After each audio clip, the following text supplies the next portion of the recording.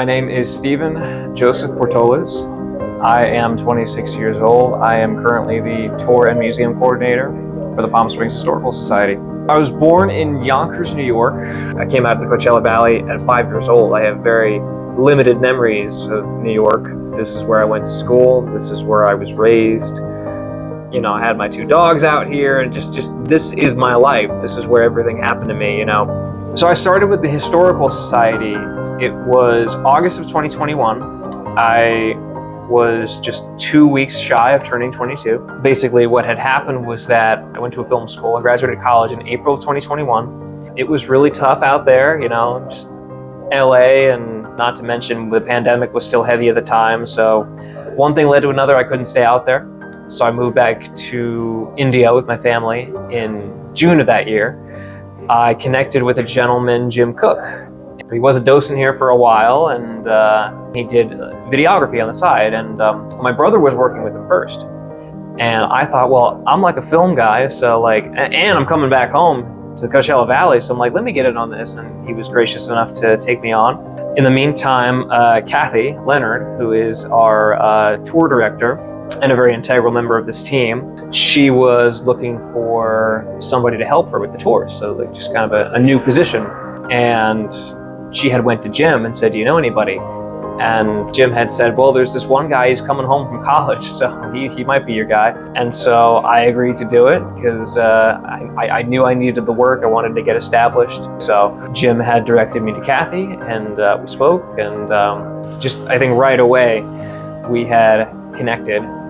But it wasn't long before I started, so I was shadowing the tours, and from there basically got established as the tour coordinator for the Historical Society, and did that for about 3 years. And then 2 staff members that were here had resigned, and so they had some shoes to fill. So they had asked me, do you want to do it? So I agreed to take the job.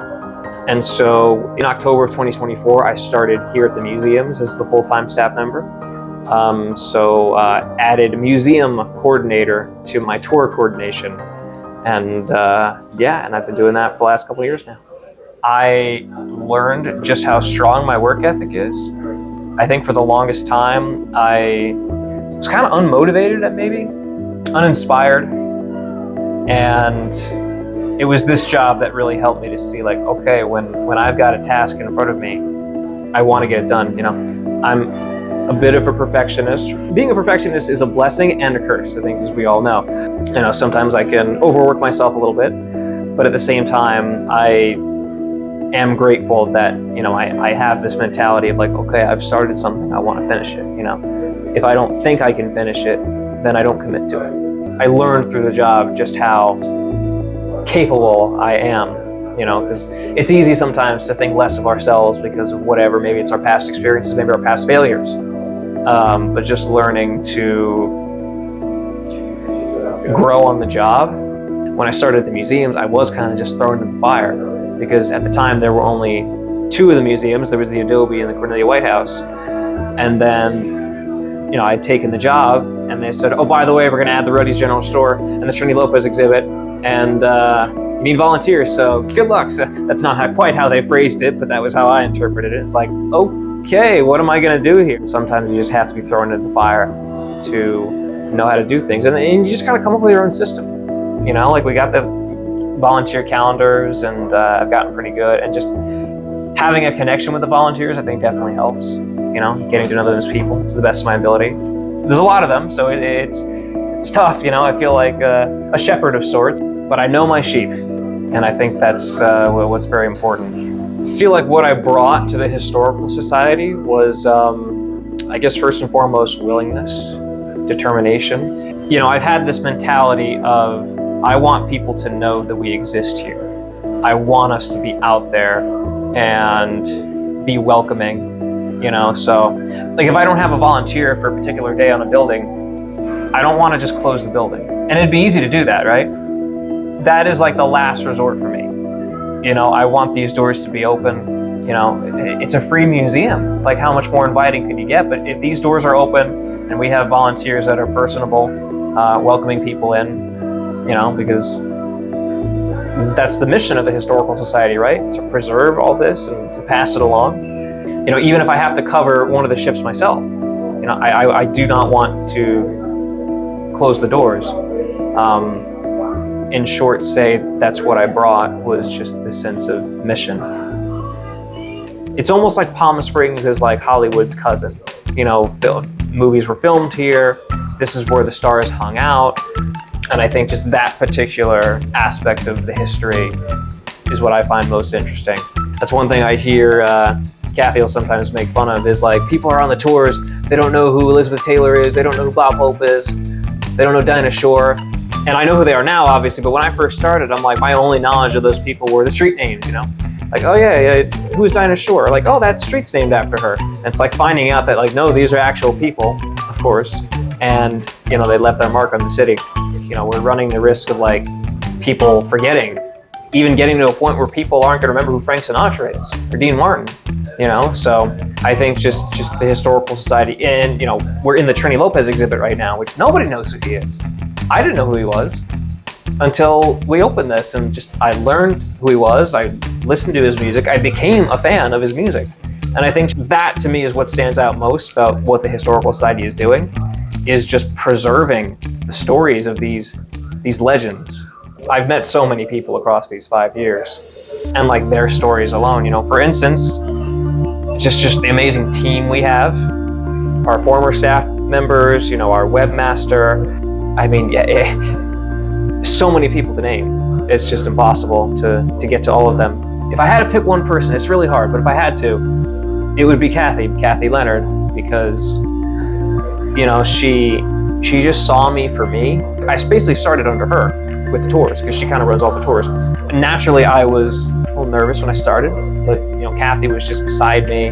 She was encouraging, she was kind, she was patient, so patient, you know, and seeing her passion for all of this, it's like she kind of gave me that little nudge that I needed to get out of my shell.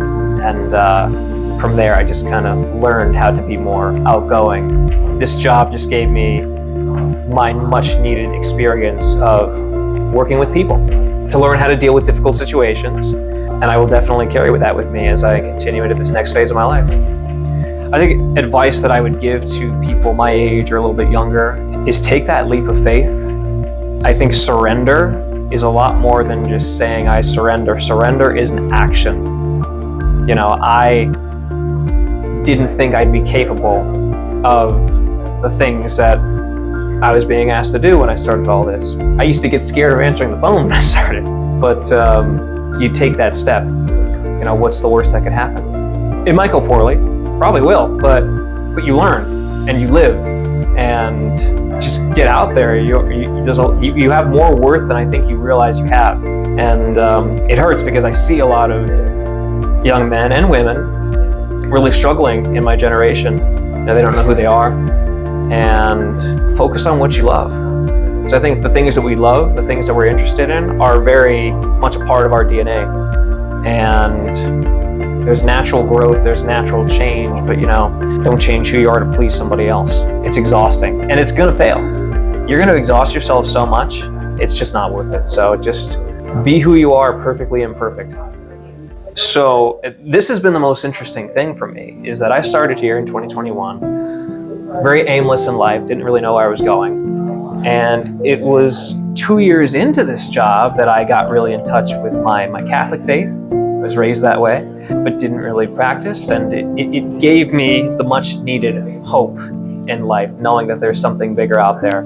And so what I'm pursuing now is I have applied to seminary to begin my studies for Catholic priesthood. And it is something that I'm very excited about.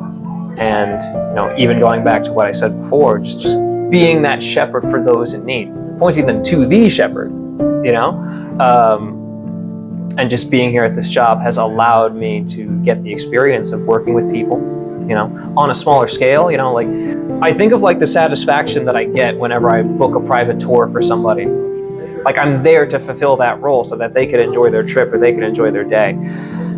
To do things like that on an infinitely grander scale, you know, as a priest, God willing, being there for people during the most important moments of their life, weddings, funerals, baptisms, just being there in their day-to-day life, counseling them, walking with them. I'm very excited for that because, like I talked about, mission, and this might just be the mission that I was put on this earth for. So I'm very excited to get started. It's been an honor being a part of this team for the last few years. I truly only thought when I started that this was just going to be a few months and then I just go find something else. I could never have imagined putting years into this organization and just the people I've met along the way. It's just been an honor.